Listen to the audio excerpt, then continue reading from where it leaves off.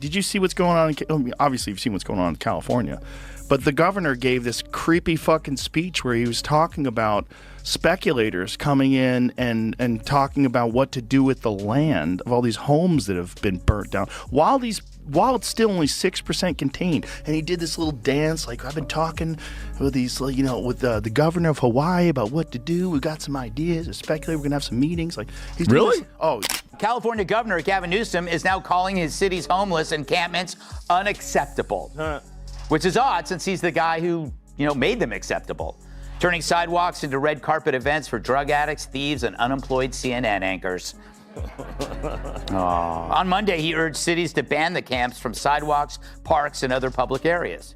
So after years of denying the problem, he's now pretending to fix it, which is like putting on a condom as you're leaving a whorehouse. Who hasn't?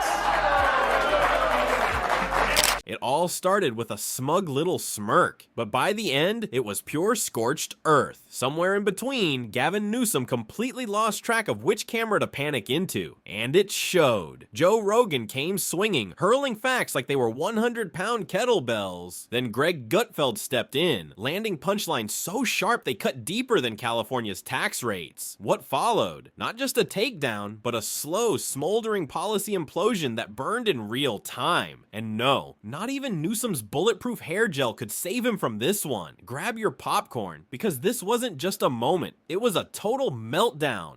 Nobody wants President Newsom either. Nobody believes in that guy. That guy's a f***ing con man. Everything he did in California, from trying to mandate vaccines for kids to being caught public without a mask and lying about the fact that he was outdoors. Yeah. Nobody believes in that guy. He's just a politician. Just a stone-cold, narrative-driven politician. Nobody thinks he's a real human. Whether you like Trump or not, whether you think he's corrupt or not, that's a human being. You know what that guy is. Same thing with RFK Jr. Whether you believe that he's correct about vaccines or whether you believe his policies would be effective, and that's a human being. With Newsom, you got like this construct, this cardboard cutout of a person. I don't think people want that, but they might want it more than they want President Trump. Cut to Gavin Newsom. The camera zooms in like his hairline is about to negotiate world peace with a bottle of conditioner. He's posted up at the podium, radiating the vibe of a man who thinks the world just can't get enough of him. And then, boom, the voiceover drops like a microphone from the heavens. Because once Rogan and Gutfeld locked their sights on California's crowned Prince of Sparkle, this wasn't a debate anymore. It was a stylish demolition job, not a conversation. A full-blown televised wrecking ball dressed in flair.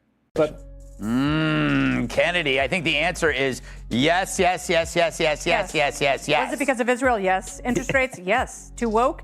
Yes. It's like every bad policy that trickled up to the White House during the Biden administration started in California. That state is responsible for the worst politicians in modern history. And he is at the top of the list, and there are some ignoramuses on that list. Let's talk about Gavin, a man who enters every room like it's a high-fashion runway themed big government but make it glamorous. He's got the politician's triple threat down cold, a toothpaste commercial smile, TED Talk style speeches, and a leadership style that buffers like a bad Wi-Fi signal. On paper, he's the golden boy of progressive leadership, full of charisma, climate jargon, and just enough recycled paper in his pocket to win another meaningless award. But peel back the shine and you'll find more performance than policy. Their houses have been burned, all their childhood memorabilia, all the stuff for their kids, the photos, the fucking everything they have is gone. All heirlooms, their mother's wedding ring, that kind of shit. Everything's burnt to the ground.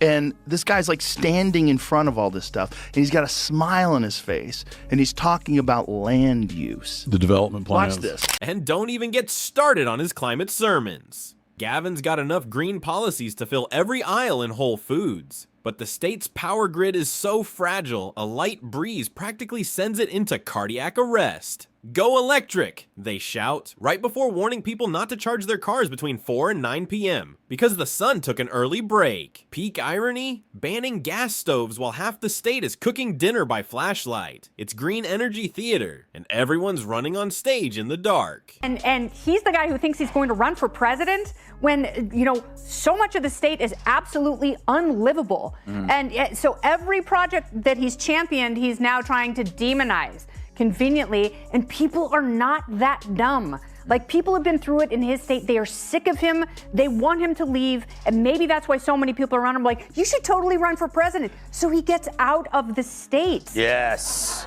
Move away. Tyrus, did he leave out anything? He didn't just leave California.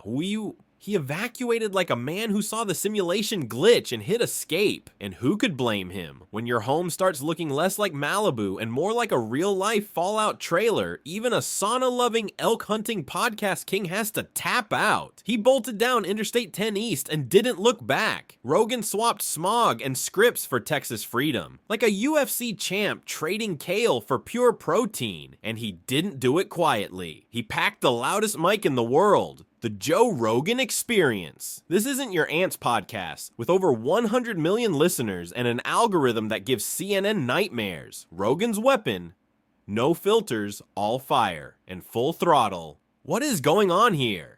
And nothing lit up that signature Rogan eye twitch faster than Newsom's lockdown logic. Meanwhile, Gavin's out whining and dining like it's the gourmet apocalypse. Rogan saw the hypocrisy and called it out. So hard, the French Laundry's reservation system nearly collapsed from shame.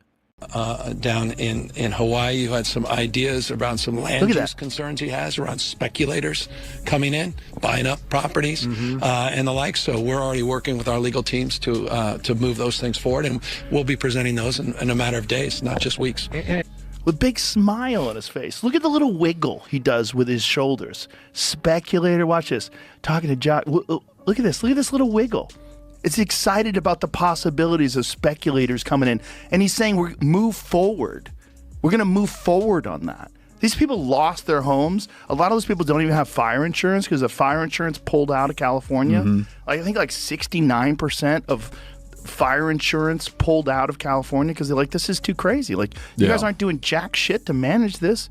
You're not clearing the brush. And he didn't come alone. He brought the heavy hitters, doctors, economists, comedians with degrees in sarcasm, all painting the same jaw-dropping picture. California's policies? They made less sense than a TikTok finance course taught by a cartoon filter. Small businesses got crushed while mega corporations skated by untouched. Health guidelines felt like they were pulled from a magic 8-ball, vague, random, and somehow always inconvenient. And every baffling decision came with a blinding grin from the guy who seemed to think hair products could rebuild public trust. Then came the tech exodus, a modern Oregon Trail with Teslas instead of covered wagons. Rogan didn't just talk about it, he lived it. He moved his entire studio to Austin, where blackouts weren't part of the daily routine. California had turned hostile to innovation and allergic to free enterprise. And Rogan's hardest hitting blow didn't come from numbers or headlines, but from something stronger. Cold, lived reality.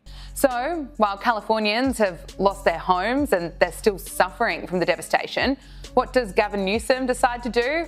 Well, now is apparently the perfect time to try and boost his popularity and essentially promote himself. He's launched a podcast. I'll play you the trailer in just a moment, but take notice.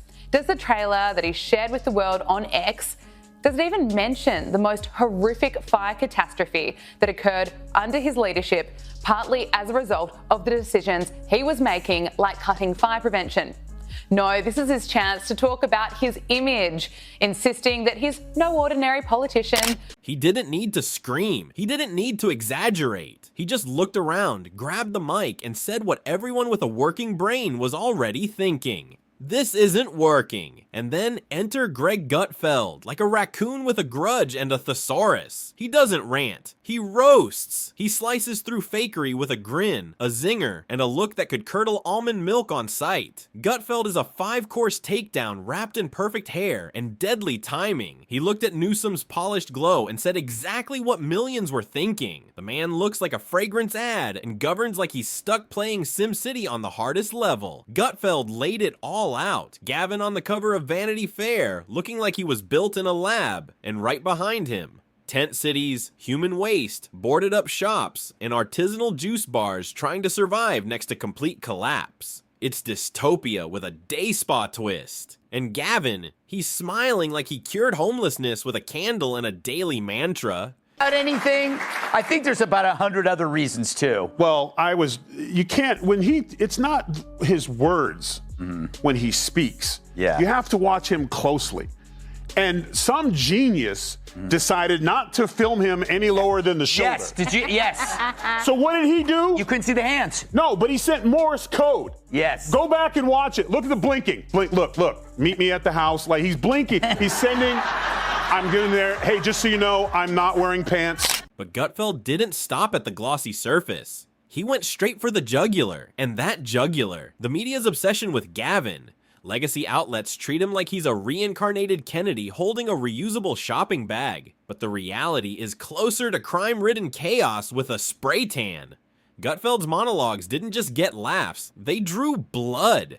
He mocked the glowing headlines praising Gavin's bold leadership, while people under that leadership were playing Russian roulette with gas prices, rent, and their own sanity. Families couldn't even afford groceries. But hey, here's another glowing editorial about how dreamy his policies sound. And then came the climate comedy. Gutfeld hit full stride. Like a sniper hopped up on caffeine and truth, solar panels, equity, carbon neutral dreams. It all sounds lovely until you ask who's paying. While working families drown in fines and blackouts, bureaucrats zip around in hybrids like it's all part of a green fairy tale. And those charging stations, still a mirage in the distance. Gutfeld didn't just call it out, he tore it to pieces. This wasn't about saving the planet, it was about saving face on Instagram. When Gavin Newsom talks about California, he's like, I'm very big on California, very bullish on California. Hey, they're all moving. The only reason why they don't move is because it's too difficult to move. It's too expensive to leave versus all the bullshit with all the permits and all that. It's too expensive. Believe that he's correct about vaccines or whether you believe his policies would be effective. And that's a human being. With Newsom, you've got like this construct, this cardboard cutout of a person. I don't think people want that, but they might want it more than they want President Trump. And then came the most savage strike, the presidential fantasy. Whispers of 2028 swirl around Gavin like incense in a yoga studio. But Gutfeld isn't buying the hype. Not for a second. He mocks the very idea that the guy who can't manage a single state is somehow ready to run the whole country.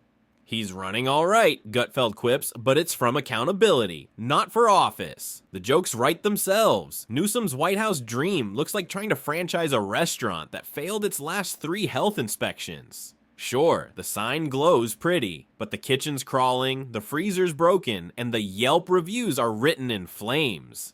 Gutfeld's takedown wasn't just hilarious, it was lethal, because every punchline came wrapped around a truth too ugly for Gavin's PR team to polish. And then, boom, the crossover no one saw coming but everyone secretly craved. Joe Rogan and Greg Gutfeld collided like 2 wrecking balls from different directions, smashing straight into the hologram known as Gavin Newsom. Rogan brought the receipts, Gutfeld brought the fire, and together they exposed the uncomfortable truth. Newsom's leadership doesn't miss the mark, it erases the target. Runs for national office, he acts like a Republican. This is where the left is really pro-trans. Suddenly, they grow balls. He didn't need to yell, he didn't foam at the mouth or put on a show. He just spoke in that calm, unshakable voice that hits harder than any scream. People are leaving, businesses are fleeing, homelessness is exploding. I moved for a reason. That quiet delivery, it lands like a sledgehammer disguised as a TED Talk. He's not even trying to be funny, and that's exactly what makes it devastating. Then Gutfeld jumps in, same precision, different flavor. Where Rogan calmly unpacks the collapse, Gutfeld storms in like a stand-up comic holding the most ridiculous government script ever written, reading it line by line with a look that screams, "You believe this nonsense?" Rogan reaches the thinkers, the independents, the people who need facts and logic. Gutfeld grabs the skeptics, the eye rollers, the crowd that stopped trusting TV news back when hope and change became chaos and charge cards. Rogan's fans show charts and interviews. Gutfeld's crowd just points at the flaming dumpster fire and says, "Told you?" California Governor Gavin Newsom has been facing major calls to resign over his appalling handling of the deadly California wildfires. And just to quickly recap, these were the most destructive wildfires the state has ever seen. More than 16,000 properties were destroyed. The cost of the fires is estimated to be more than $200 billion. And for businesses in LA County, the future is looking grim. It's projected businesses will continue to lose billions of dollars over the next 5 years due to disruption. But no matter which path they took, Rogan with his calm dissection or Gutfeld with his blazing sarcasm, they both landed on the same brutal truth. Newsom isn't leading, he's performing, and the reviews, 2 massive thumbs down. This isn't just failure, it's failure with flair. Gavin's like a movie trailer that promises the world and then gives you 90 minutes of slow motion confusion and empty calories. Rogan and Gutfeld saw right through it from opposite sides of the ring and started tearing that illusion apart. He's the human version of all style, no substance. All speeches, no solutions, and when Rogan and Gutfeld team up to strip down that glossy mask, it's like watching 2 very different mechanics break down the same busted machine. One with a wrench, the other with a chainsaw. And here's what's wild. The reaction wasn't divided like usual. Nope. People from every side were suddenly in the same outrage chorus. You know, when I went there, I had a great relationship with President Xi. We got along very well. And they treated me better than anybody's ever been treated. And I said, this air is good. Do you know they closed every factory 1 week before I got there from within 200 miles? That's like what Gavin Newsom did when Xi Jinping came to San Francisco. He cleaned it up. He cleaned it up. He got rid of all Isn't the that homeless terrible people. in a way to think, you know, he cleaned it up and then it became a pigsty. Well, the dumbest thing is he said when your friends come by, when you have visitors, you clean up your house. Like, how about just keep your fucking house clean? Can you imagine? It's the dumbest thing I've ever heard. I keep bringing up Gavin.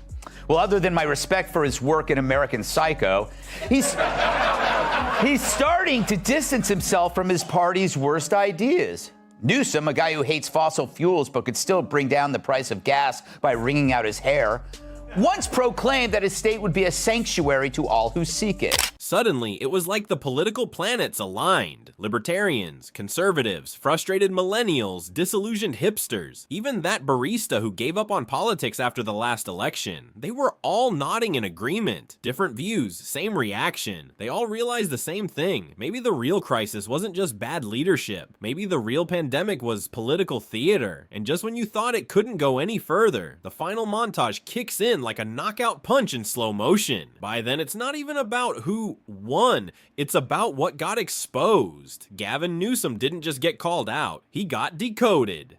The curtain got yanked back, and what was left was nothing but flash, filters, and fake solutions. Rogan might drop a full episode titled Why California Still Sucks, Volume 2. Gutfeld could spin the whole mess into a comedy sketch called Gavin's Glamorous Gutter Tour. And as for Newsom, will he reflect on the takedown, change course? Of course not. He'll probably snap a selfie next to a wind turbine and caption it Leadership in Action, because that's the show, and Gavin never stops performing.